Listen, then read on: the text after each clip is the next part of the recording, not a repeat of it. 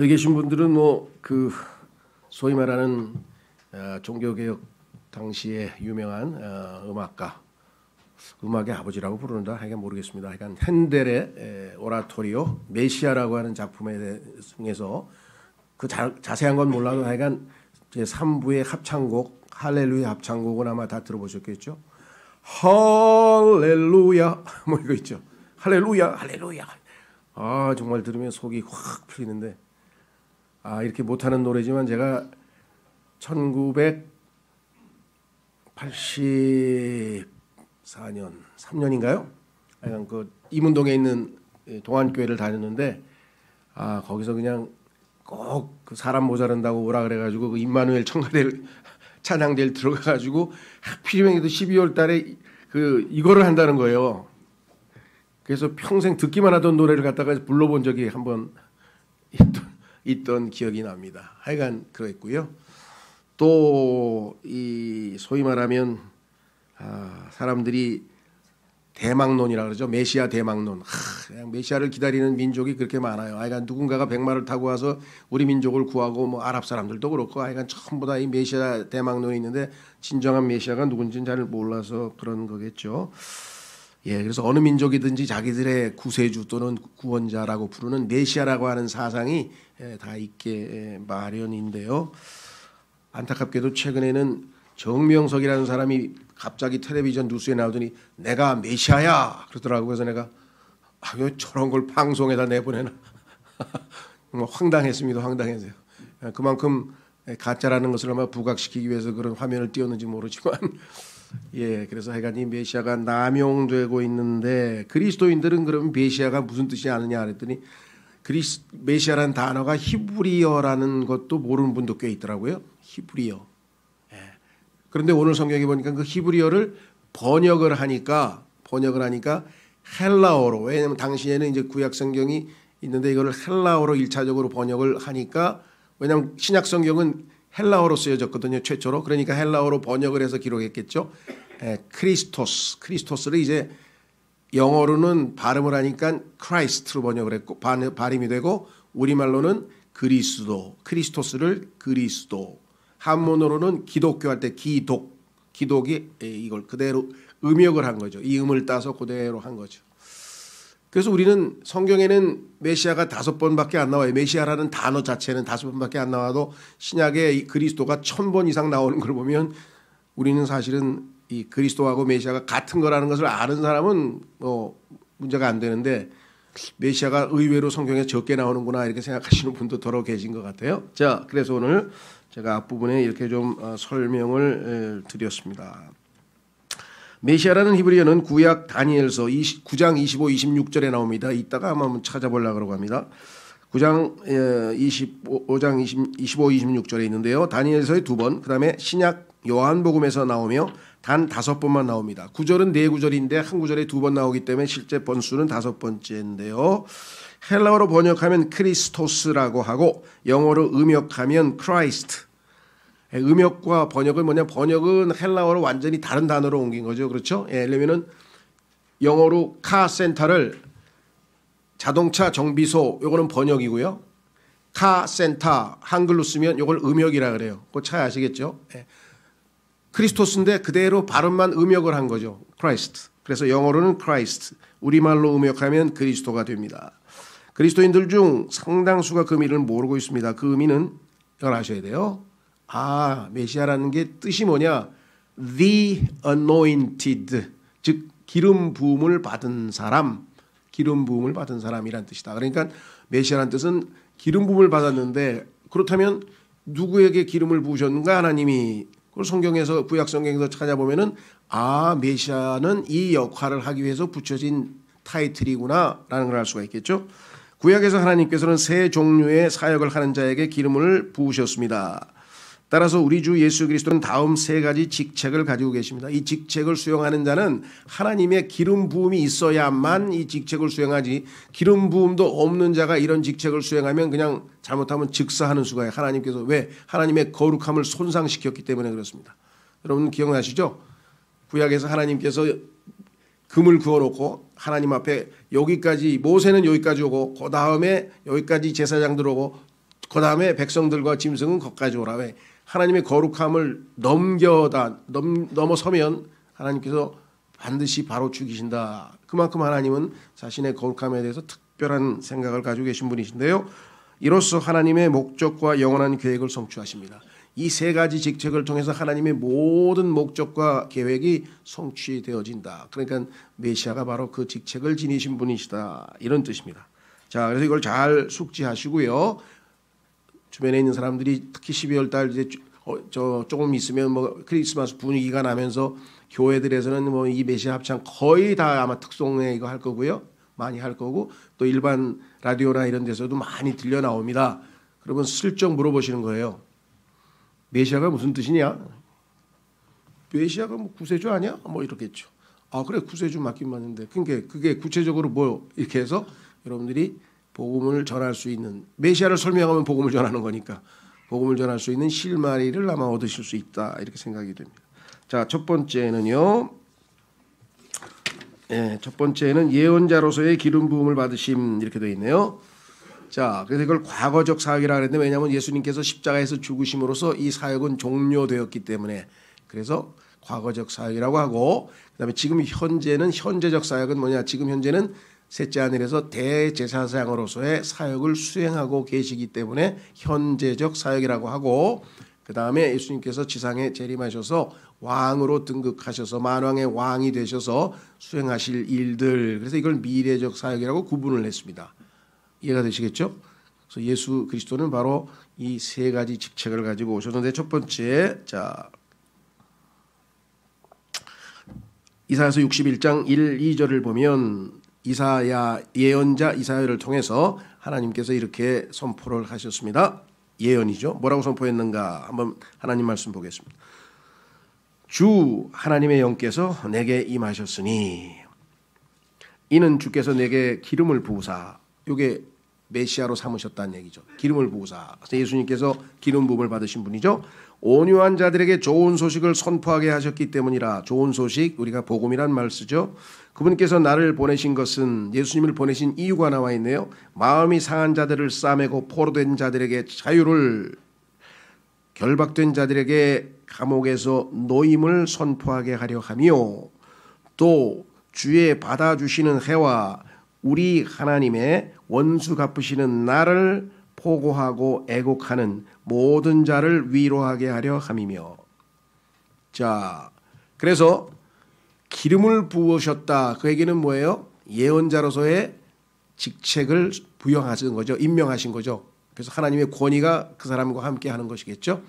자 그런데 예수 그리스도께서 고향에 나사렛이라고 하는 고향에 가서 회당 유대인들이 예배당이죠. 유대인들이 예배당에서 예배를 드리시는데 유대인들의 예배는 어떻게 하냐면은 그 회당장이 여기서 오늘 성경 읽고 자기가 하고 싶은 말이 있으면 할 사람 그러면 순서를 시킵니다. 제가 하겠다 이렇게 딱 시켜요. 그럼 그 사람이 나와서 해당 성경 구절을 읽고 자기가 몇 마디 이렇게 하고 일종의 우리로 치면 뭐 간증도 되고 뭐 이런 게 되겠죠. 근데 그날 예수님을 지적하는 거예요. 그래서 딱 하고 싶은 말 있으면 나와서 하라고. 그랬더니 예수님께서 두루마리죠. 유대인들은 성경이 이렇게 큽니다. 양피지 같은 두루마리에다가 이렇게 성경을 딱 펴서 지금 읽은 이사야서 61장 1, 2절을 예수님께서 읽으셨어요. 자 보세요. 뭐라고 되어 있는가? 누가복음 4장 18, 19절 그 다음 구절 보십시오. 뭐라고 되어 있는가? 똑같습니다. 주의 영께서 내게 임하셨으니 이는 그분께서 내게 기름을 부으사 가난한 자들에게 복음을 선포하게 하셨기 때문이라. 그분께서 나를 보내신 것은 마음이 상한 자들을 고치며 포로된 자들을 구출을 눈먼 자들에게는 다시 보게 함을 선포하고 상처 입은 자들을 자유롭게 하며 자 그 다음 뭐라 그랬나 보세요. 주의 받아주시는 해를 선포하게 하려 하심이라 하였더라. 그런데 이사야서 61장 1, 2절에는 2절에는 뭐라고 되어 있냐면 주의 받아주시는 해와 그 다음에 뭐라 했습니까? 우리 하나님의 원수 갚으시는 날을 포고하고 주의 받아주시는 해는 구원의 날 소위 말해서 초림에 대한 얘기죠. 보라 지금은 구원의 날이요 하나님께서 우리를 받아주시는 날이라. 그래서 예수 그리스도를 믿고 구원받으면 에베소서 1장 6절에 그 사랑하시는 자 안에서 우리를 받아주신다. 거두어 주신다. 받아주신다. 이렇게 되어 있어요. accept. 그래서 그 받아주시는 해를 선포한다. 그러고 뒤에 뭐예요? 우리 하나님의 원수 갚으시는 날? 이건 뭐예요? 상반되는 거 아니에요? 초림 때는 주님이 은혜를 베푸시지만 재림 때는 원수 갚으시죠. 하나님을 배척하고 자신의 아들을 무시한 자들을, 하나님의 사랑을 거부한 자들을 심판하신다고 성경에 얘기하셨잖아요. 그래서 원수 갚으시는 날이 있어요. 그래서 초림과 재림을 항상 성경에서는 예언을 했는데 왜 예수님께서는 주의 받아주시는 해를 선포하게 하려심이라. 그러면 뒷부분은 왜 잘라 먹었을까요? 재림에 대한 얘기는 예수님께서 인용을 안 하셨어요. 이게 예수님이 하나님이시라는 거예요. 왜? 예수 그리스도는 초림 때에는 받아주시는 해, 그렇죠? 그것만 전하고 2000년간 다시 하늘나라에 갔다가 다시 재림하셔서 원수 갚는 날은 2000년 미래의 일입니다. 그렇죠? 그러니까 예수님께서 이 순간 뭐라고 말씀하시냐면 오늘 너희에게 이 말씀이 이루어졌느니라. 내가 이 사람이다. 내가 이 사람, 내가 하나님이 기름 부은 바로 그 자로 내가 그 사람으로 내가 와서 너희에게 이 일들을 이룰 것이기 때문에, 그러나 원수 갚는 날은 2000년 뒤에 있을 일이기 때문에 예수님은 뭐예요? 여기까지만 인용하신 거예요. 얼마나 놀랍습니까? 성경이. 그렇죠? 예. 그래서 예수님은 자신이 예언자로 오셨다는 것을 명백하게 인식하고 있었습니다. 그 증거가 내가 이 땅에 온 이유가 진리를 선포함이라 하고 빌라도에게 외쳤죠. 내가 진리를 전하러 왔더라. 하나님의 진리를 선포하는 사람, 예언자입니다.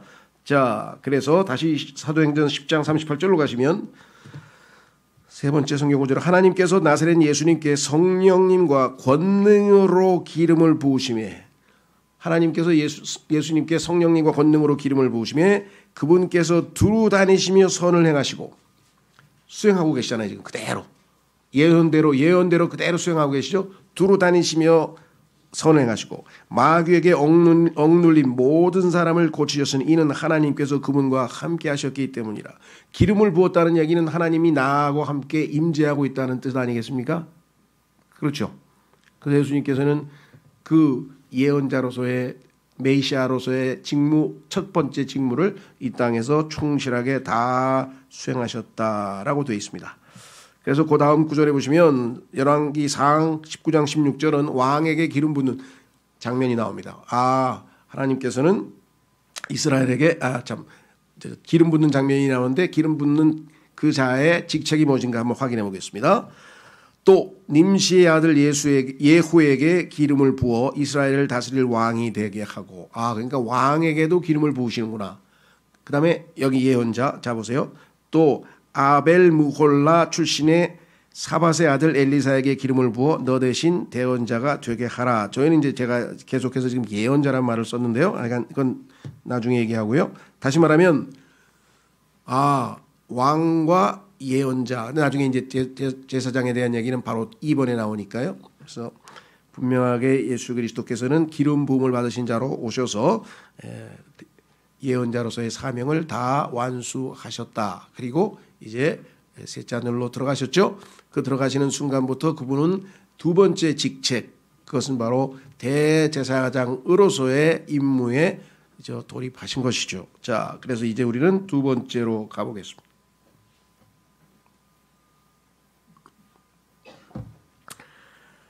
두 번째 보시면 대제사장으로서의 기름 부음을 받으심 현재적 사역 이렇게 했습니다. 예수님은 대제사장으로서 성경에 보니까 요한일서에서는 우리의 변호자라고 했고 디모데전서에서는 우리의 중보자라고 했고, 하여간 예수님께서 대제사장으로서 하나님과 우리 사이를 잘 연결해서 모든 것을 베푸시는 그러한 사역이 히브리서에 자세하게 나와 있는데요. 그중에서 우리는 몇 구절을 통해서 제사장도 기름 부음의 대상이라는 사실을 일단 먼저 확인해 보겠습니다. 출애굽기 28장 41절에 하나님께서 이스라엘 백성들에게 성막을 만들려고 명령하면서 성막이 다 완성된 다음에는 어떻게 할 것인가? 대제사장에게 기름을 부어서 그에게 청물을 수행토록 하라. 이게 하나님의 명령이십니다. 자, 그래서 출애굽기 28장 41절에 너는 그것들을 내 형 아론과 그와 함께한 그의 아들들에게 입히며, 옷이죠. 대제사장의 옷, 의복. 그들에게 기름을 부어 나와 있네요. 그들을 거룩히 구분하고 거룩히 구별하여. 그러니까 거룩해 하는 기능도 갖고 있구나. 죄송합니다. 기름 붓는다는 것은 거룩해 하는 기능도 갖고 있구나. 임무를 부여해서 권능을 준다는 뜻도 되는구나. 이것이 의미가 다 포함이 되어 있죠. 그들이 제사장의 직무로 나를 섬기게 할 것이며, 제사장으로 직무를 섬기려면은 기름 부음이 반드시 필요하다. 여러분과 제가 신약의 제사장이죠. 영적인 제사장입니다. 그런데 우리에게 기름 부음이 있다고 요한일서에 써 있습니다. 우리에게 기름 부음이 없으면 여러분과 제가 하나님 앞에 제사장으로서의 역할을 할 수가 없다는 겁니다. 자, 30장 30절에 보시면 또 나와 있네요. 너는 아론과 그의 아들들에게 기름을 붓고 그들을 거룩히 구분하여 그들이 제사장의 직무로 나를 섬기게 하라. 또 강조하셨죠. 40장 12, 15절에도 마찬가지. 또 아론과 그의 아들들을 회막의 성막문으로 데려다가 물로 그들을 씻기라. 너는 또 아론에게 거룩한 의복들을 입히고 그에게 기름을 부어 그를 거룩히 구별하여 그가 제사장의 직무로 나를 섬기게 할지니라. 너는 또 그의 아들들을 데려다가 그들에게 속옷을 입히고 그들의 아버지에게 기름을 부은 것 같이 대제사장 그들에게도 제사장들에게도 기름을 부어 그들이 제사장의 직무로 나를 섬기게 할지니라. 그들에게 기름을 부은 것이 그들의 대대로 반드시 영존하는 제사장 직분이 되리라 하시매. 제사장 직분에 있어서의 기름 부음이라고 하는 것이겠죠. 하나님께서는 예수 그리스도를 믿는 순간 우리를 거룩히 구별해서 우리에게 내주하시는 성령을 통해서 기름을 부으셨고, 이로써 우리는 하나님의 영적인 제사장이 되었다고 베드로전서 2장에 기록을 했습니다. 그렇죠? 예. 우리는 또 복음 선포자로서 우리에게 기름 부음이 있죠. 그래서 우리는 예언자로서 어떻게 예언하느냐? 주 예수 그리스도를 믿으라. 그리하면 내가 구원을 받고 내 집이 구원을 받으리라. 이 예언이 이루어진다는 것이겠죠. 그렇죠? 네. 그래서 우리가 전하는 복음 내용이나 모든 하나님의 약속은 다 예언의 형식으로 이루어졌어요. 이걸 하면 이거는 이루어진다 이 말이죠. 자, 그래서 우리는 이제 대제사장으로서의 예수님의 직책에 대해서 히브리서 2장 17절로 가서 한번 좀 살펴보려고 합니다.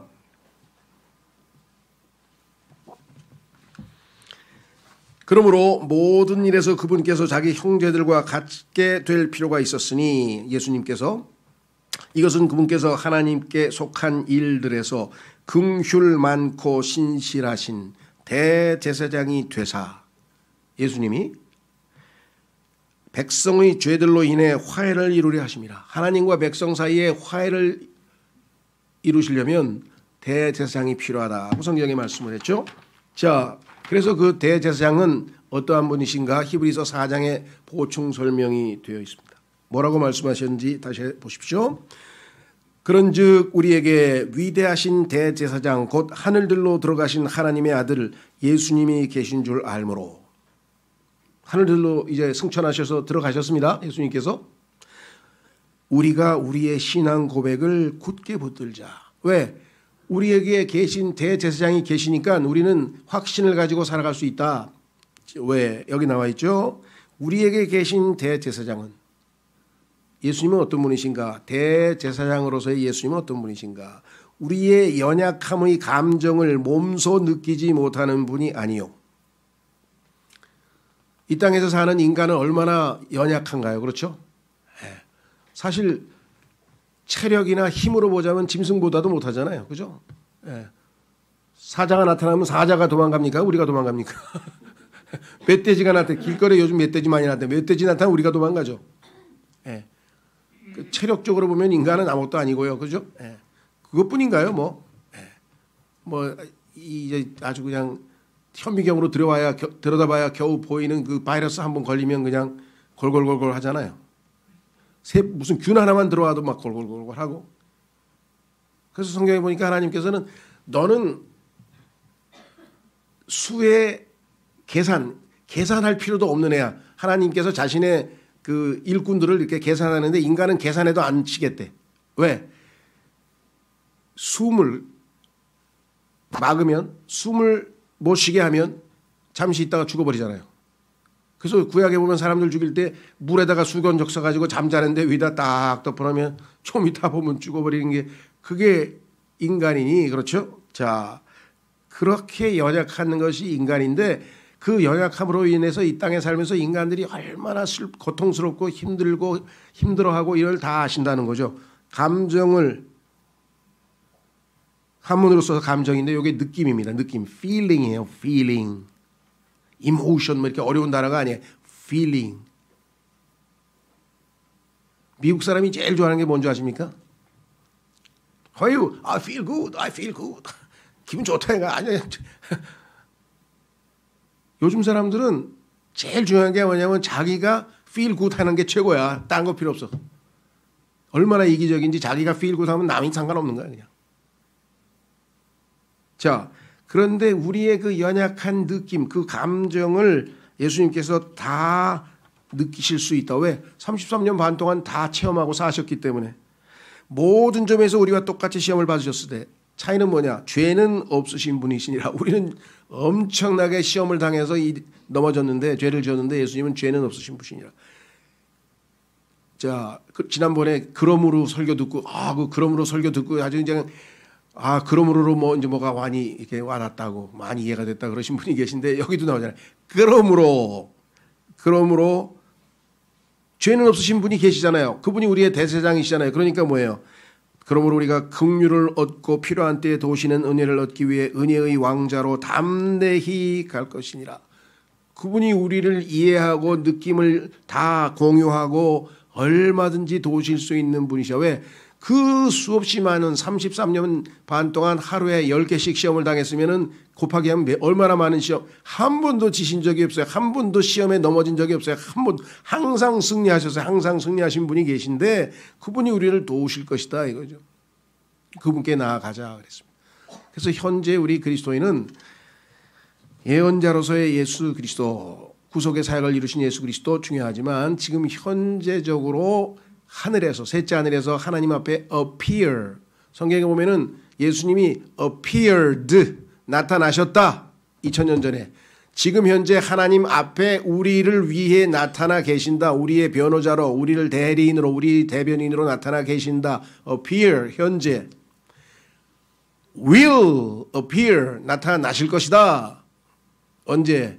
이 땅을 다스리러 왕으로 오실 때. 그래서 세 가지 시제로 나타난다는 표현이 있는데요. 지금 하나님 앞에 나타나 계신 분, 그분이 바로 우리의 대제사장이다라고 성경은 분명하게 말씀을 하고 계신다는 것이죠. 자, 그래서 우리는 에베소서 5장 2절은 찾겠습니다. 에베소서 5장 2절에 그 대제사장적 사역을 한번 보겠습니다. 올라가셔서 본격적으로 대제사장 사역을 하셨지만 이 땅에서도 그분은 자신을 내어 드리는 그와 같은 사역을 하셨어요. 제물을 바치신 게 아니라 자기 자신을 제물로 바치셨죠. 제사장의 역할은 하나님께 제물을 바치고 하는 건데, 희생 제사를 드리는 건데 예수님은 자기 자신을 하나님께 희생물로 바쳤다. 에베소서 5장 2절, 에베소서 5장 2절. 그리스도께서 우리를 사랑하사 우리를 위해, 여러분과 저에게 대한 주님의 자세는 하나뿐입니다. 사랑하기 때문에 하신 거예요. 다른 동기가 없어요. 뭐 우리가 뭐 충성돼서 예뻐서 아니면 똑똑해서 뭐 아무런 그런 이유가 없어요.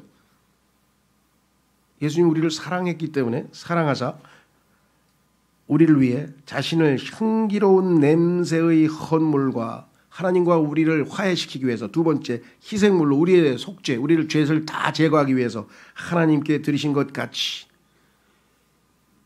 이렇게 사는 것이 사랑이야. 그러니 너희도 뭐예요? 사랑 안에서 걸어라. 너희들도 서로 이렇게 예수님이 우리를 사랑하신 것처럼 살아라. 그리고 예수님께서는 마지막 순간에 대제사장으로서의 기도, 그게 바로 요한복음 17장의 예수님과 하나님의 마지막 대화이죠. 얼마나 놀랍습니까? 그렇죠? 정말 여러분들이 그 예수 그리스도와 하나님과의 관계, 또 예수님께서 대제사장으로서 어떤 생각을 가지고 계신지 가장 성경 속에 어떻게 보면 지성소와 같은 깊이 있는 그 내용은 요한복음 17장에 들어있어요. 예수님께서 십자가를 지기 직전에 마지막으로 손을 들어 하늘을 바라보면서 큰 소리로 기도를 하셨어요. 왜 그랬을까요? 그 기도의 내용이 듣는 제자들에게 얼마나 유익한 말씀인가, 그것이 얼마나 심오한 말씀인가를 듣도록 하기 위해서 큰 소리로 소리내어서 하신 기도입니다. 그게 예수님의 대제사장으로서의 기도문, 이렇게 우리가 이야기를 합니다. 자, 그래서 지금 현재도 우리는 예수 그리스도께서 우리를 위해서 기도하신다. 한 구절 찾고 3번으로 가겠습니다. 자, 로마서 한 번 더 찾아보세요. 로마서 8장. 여러분이 사람들로부터 칭찬을 받습니다. 아, 정말 신앙생활 잘하고 계신 것 같아요. 그러면 누구 덕분입니까? 예수님이 기도하셔서 된 거예요. 그게 여러분이 잘나서 된 게 아니고 다 예수님이 기도하고 계신다 그랬어요. 자, 보십시오. 뭐라고 얘기하나? 31절부터, 로마서 8장 31절부터. 그런즉 이 일들에 대하여 우리가 무슨 말을 하리요? 만일 하나님께서 우리를 위하시면 누가 우리를 대적하리요? 자신의 아들을 아끼지 아니하시고 우리 모두를 위해 그분을 내주신 분께서 어찌 그 아들과 함께 또한 모든 것을 우리에게 값없이 주지 아니하시겠느냐? 누가 하나님께서 선택하신 자들을 무슨 일로 고소하리요? 의롭다 하시는 분은 하나님이시니 누가 정죄하리요? 죽으신 분은 그리스도시요 참으로 다시 일어나신 분도 그리스도시니 그분께서는 바로 하나님의 오른편에 계시며 대제사장으로서 또한 우리를 위해 중보하시느니라. 하나님과 우리 사이에서 중보기도하고 계신 우리 주 예수 그리스도, 그분이 지금도 여러분과 저를 위해서 기도하기 때문에 우리가 이만큼이나마 그나마 지금 신앙생활을 하고 있다는 것. 마지막으로 세 번째, 그러면 이 사역이 다 끝나면 예수님께서는 이제 마지막으로, 그분은 지금 왕으로 임명은 받으셨지만 직접 이 땅에서 지금 통치를 시작하지 못하고 있어요. 왜냐하면 지금 지상에서 오셔서 왕국을 일단 세우셔야 되겠죠. 그래서 그 왕국을 세우러 내려오셔서 첫 번째 직무가 뭐냐? 마태복음 25장에 나오면은 그 유명한 민족들의 심판이에요. 마태복음 25장 31절에 영광의 왕좌에 앉아서 심판하시는데, 그때 지금 현재 우리의 지금 시사에 나오는 이스라엘과 주변 국가들이 싸우죠. 이스라엘을 도와준 나라들은 양으로, 이스라엘을 괴롭힌 나라들은 염소로 분류해서 모든 염소들은 영원한 심판에 처하게 되는 거예요. 그러니까 이거 성경을 아는 민족 지도자면요, 이스라엘 편으로 들어야 돼요. 할 수 없이. 하나님께서는 그 유명한 창세기 12장 3절에서 아브라함을 복주는 자를 복주겠고 그 후손에게 이삭과 야곱을 통해서 이스라엘 민족 전체와 똑같은 언약을 하셨기 때문에 변함이 없어요. 이거는 개인적으로 유대인을 좋아하고 싫어하고 문제하고 상관없어요. 하나님의 정해진 확정된 약속이기 때문에, 그래서 정말 그것도 기도하셔야 돼요. 우리나라가, 우리 민족, 우리는 휘고되고 올라가겠지만 남아있는 우리 대한민국 정부가 반드시 친 이스라엘 정책을 쓰게 해 주십시오. 왜? 그래야 양으로 분류돼서 이 땅에서 옛날 친구라도 얼굴 볼 거 아니에요. 아, 저놈 휴거는 못 됐는데 만났네. 나중에 야, 네가 왕이냐도 못하겠지. 아, 당신이 왕이시옵니까? 다스리러 오셨습니까? 성경에서 얘기하는 국가는, 이 왕은 전부 다 도시국가입니다. 성경에 보면은. 그래서 뭔 왕이 그리 많아 그러지만요. 우리로 치면 동 같은 거 있죠. 평창동 왕국의 왕, 여러분이 다 왕이 되시는 거예요. 자, 어쨌거나 이제 중요한 거는 무엇인가? 예수님께서 분명히 이 땅의 최고 통치자로 오실 것이다. 자, 기름 부으신 그 세 번째 역할은 무엇인가 확인해 보겠습니다. 성경 구절은 사무엘상 16장 13절에 보면은 왕에게 기름 부는 장면이 나와요. 아, 그러니까 예언자와 제사장과 왕에게는 기름 부음이 반드시 필요하구나. 16장 13절 이에 사무엘이 기름 뿔을 취하여 그의 형제들 가운데서 그에게 기름을 부으니 그날 이후로 주의 영께서 다윗에게 임하시니라. 이에 사무엘이 일어나서 라마로 가니라. 그래서 다윗을 왕으로 세우라고 하신 하나님의 명령에 순종해서 왕으로 임명하는 그 절차가 바로 기름 부음이다. 그 다음 사무엘하 2장 4절에도 또 나와 있습니다. 유다 사람들이 와서 거기서 다윗에게 기름을 부어 유다의 집을 다스릴 왕으로 삼았으며. 여러분들도 성경에 보니까 다 왕과 제사장으로 삼으셨다 그랬어요. 요한계시록 1장에 보면은 여러분이 왕과 제사장으로 이미 임명을 받으셨어요. 근데 직책 수행은 천년왕국에서 주님과 함께 하겠지만 임명을 받았다고 왕과 제사장이에요. 우리의 신분이 지금 현재. 왜? 우리 안에 기름 부음이 있잖아요. 지금 성령의 기름 부음이 있잖아요. 그렇죠? 자, 여기 보시면 뭐라고 되어 있는가? 이렇게 되어 있습니다. 또 그들이 다윗에게 고하이르되 야베스 길르앗 사람들이 사울을 묻었나이다 했더라. 자, 여기서 유다의 집을 다스릴 왕으로 삼을 때 기름을 부었다. 예수님께서는 온 우주의 통치자로서 왕으로서 기름 부음을 받으셨죠. 그 내용이 바로 다니엘서 9장 24절에서 27절까지 써 있습니다. 보시면 주께서 내 백성과, 내는 다니엘의 백성이니까 이스라엘이겠죠. 내 백성과 내 거룩한 도시 당연히 예루살렘이겠죠. 예. 모든 중동 문제의 핵심은 예루살렘 때문에 벌어지는 일입니다. 예루살렘을 서로 차지하려고 그래요. 왜? 유대교도 자기네들의 성지라 그래. 기독교도 자기네들의 성지라 그래. 이슬람교도 자기네들의 성지라 그래. 그래서 할 수 없이 다 나눠주에 지금 뭐예요? 유엔이 공동구역으로 만들어서 예루살렘에 가보시면요. 구역이 나눠져 있어요. 유대인 사는 구역, 아랍 사람 사는 구역, 팔레스타인 사는 구역, 여기는 뭐 기독교인 사는 구역. 그래서 여기는 교회가 있고 여기는 뭐 회당이 있고 하여간 이 예루살렘이라는 도시는 아주 희한한 도시예요. The City of Peace, 평화의 성읍인데 이 세상에서 가장 많이 전쟁이 일어난 도시입니다. 역설적으로. 그래서 평화의 왕이 오셔야만 예루살렘이 진정한 이름을 되찾는 거예요. 자, 그래서 이렇게 써 있습니다.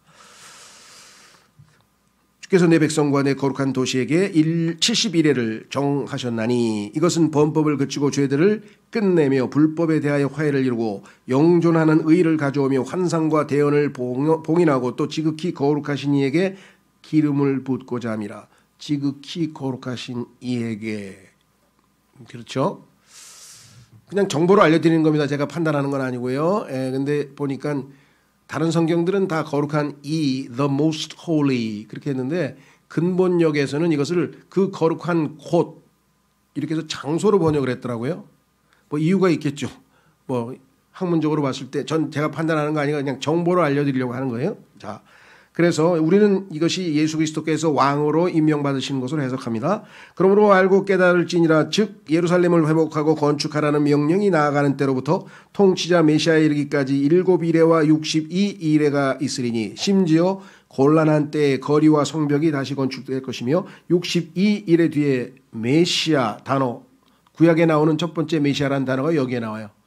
근데 메시아가 뭐라 그랬습니까? 끊어질 터이나 메시아의 주요 책무가 뭐예요? 십자가에서 죽으시는 거예요. 그래야 하나님의 목적과 계획이 수행이 된다는 거죠.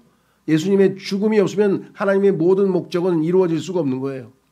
그래서 메시아가 끊어질 터이나 자기를 위한 것은 아니라 자기 때문이 아니죠. 우리 죄 때문이죠. 장차 임할 통치자의 백성이 예수님이 장차 임할 통치자라 그랬어요. 왕이시죠. 그 도시와 그 성소를 파괴하려니와 그것의 끝에는 홍수가 있을 것이며 또 그 전쟁이 끝날 때까지 황폐하게 하는 것이 작정되었느니라. 그래서 적그리스도가 장악하겠죠.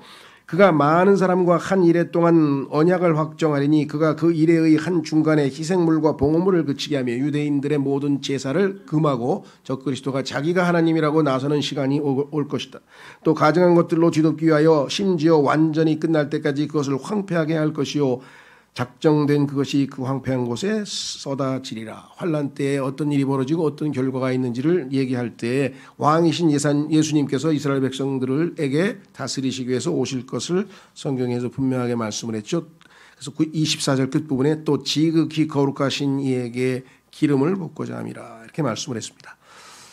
자, 그래서 결국은 예수님은 이 땅에 오시면서 지금 현재 국가의 수는 제가 잘 모르겠습니다. 유엔의 가입 국가가 아마 260, 70개 되는 걸로 알고 있고요. 중립국이 한 20, 30개 하면 아마 국가 수로는 한 300여 개가 되는 것 같아요. 이 지상 현재. 자, 그런데 그 모든 세상의 왕국들이 주와 그리스도의 왕국.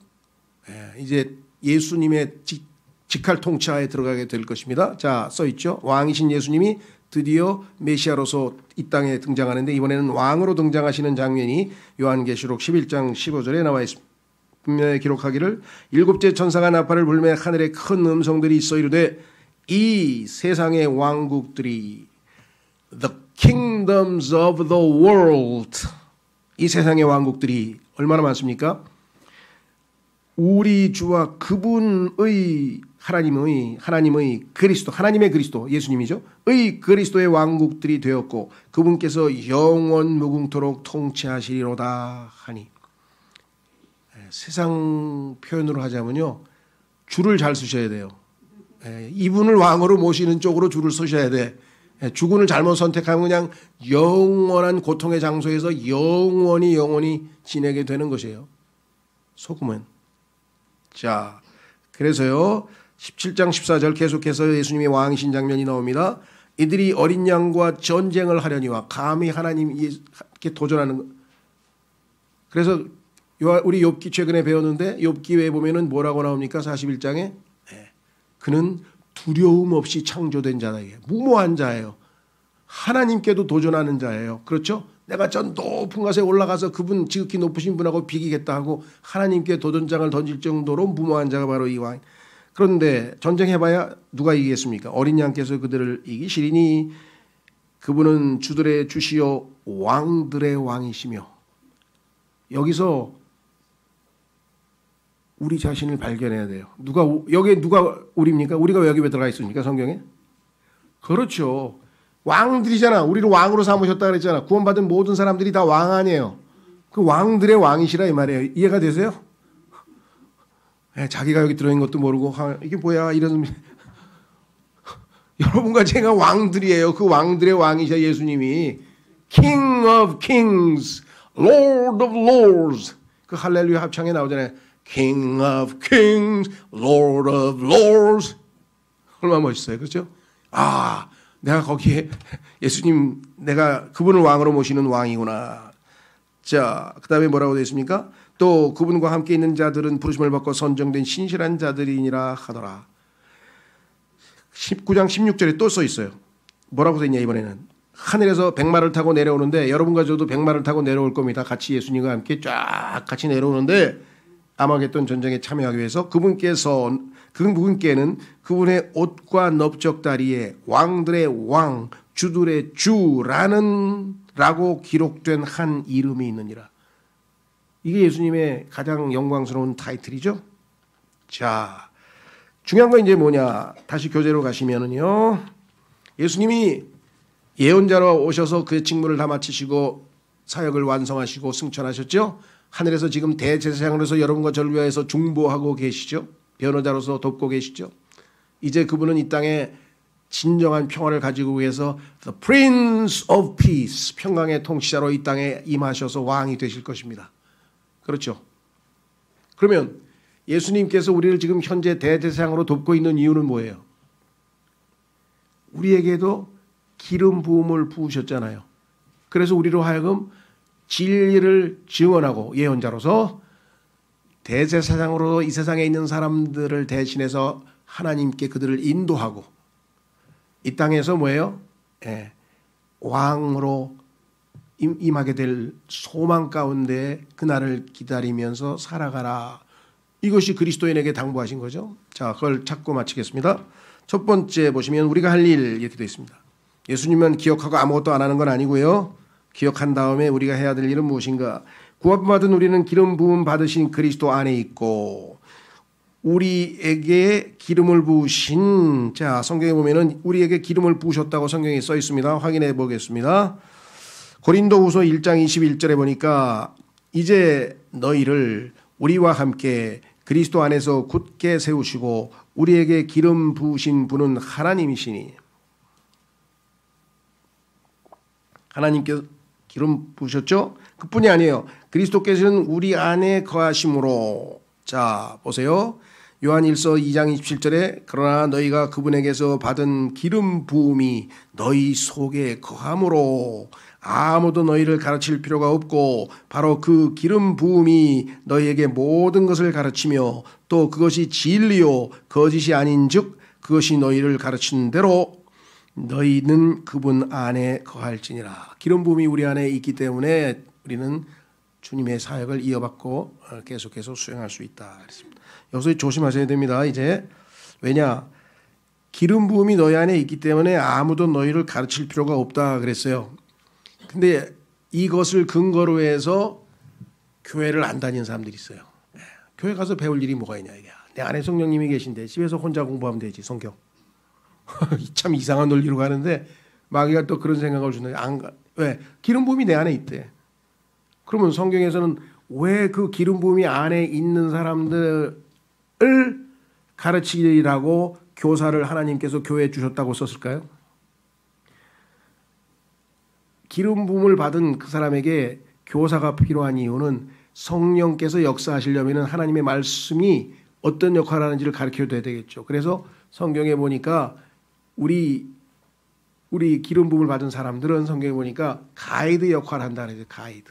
즉 가이드가 필요해. 그 가이드 역할을 하는 것이 사역자야. 하나님 말씀을 제가 여러분 오늘 뭐 설교한 게 뭐가 있어요? 다 성경 찾아가지고 읽어드렸잖아요. 아, 이 구절이 이거구나, 이 구절이 이거구나 해서 여러분이 내주하시는 성령께서 뭐예요? 아멘 하시는 거예요. 이게 맞다. 이게 하나님 말씀이 그대로 맞다 이거죠. 그러니까 가이드를 하나 세워놔야 되지. 여러분이 혼자서 다 하면 이런 구절들이 다 쫙쫙쫙쫙 떠오르나요? 그건 아니잖아요. 그래서 필요한 거예요. 그러니까 가르칠 필요가 없다는 얘기를 교사가 필요 없고 이 교회 갈 필요 없다고 그런 식으로 연결시키시면 안 되고. 자, 그래서 이제 우리는 베드로전서 2장 4, 5절에 이렇게 써 있습니다. 이제 여러분과 제가 이 땅에서 영적 제사장이 됐어요. 영적 제사장. 제사장 역할을 합니다. 이렇게 써 있네요. 베드로전서 2장 4절 5절. 참으로 사람들에게는 거부당하였으나 하나님께는 선정받은 돌 곧 보배로운 산돌이신 그분께 나와 너희도 살아있는 돌들로서 영적 집으로 건축되고 예수 그리스도를 통해 하나님께서 받으실 만한 영적 희생물을 드리는 거룩한 제사장이 되었도다. 그렇죠? 네. 숙제가 있습니다. 다음 주에 하나님께 드릴 영적 희생물 5가지를 성경에서 찾아가지고 오셔야 돼요. 쉬워요. 우리 설교 쫙 보면은 영적 희생물 5가지가 어딘가 써 있어. 이 주보에. 그렇잖아요. 내가 영적 제사장인데 영적 희생물을 하나님이 드리라는데 뭘 드리라는 거야를 알아야 될 거 아니에요. 그렇죠? 시간이 없어서 여기서 얘기 안 하고요. 한번 찾아보시고. 자, 그래서 이 시간 우리는 드디어 메시아이신 예수 그리스도를 기억하는 시간을 갖겠습니다. 우리 홍영만 형제님, 존재 근영님 나오셔서 빵과 잔으로 인도해 주셔서 주님을 기억하도록 하겠습니다.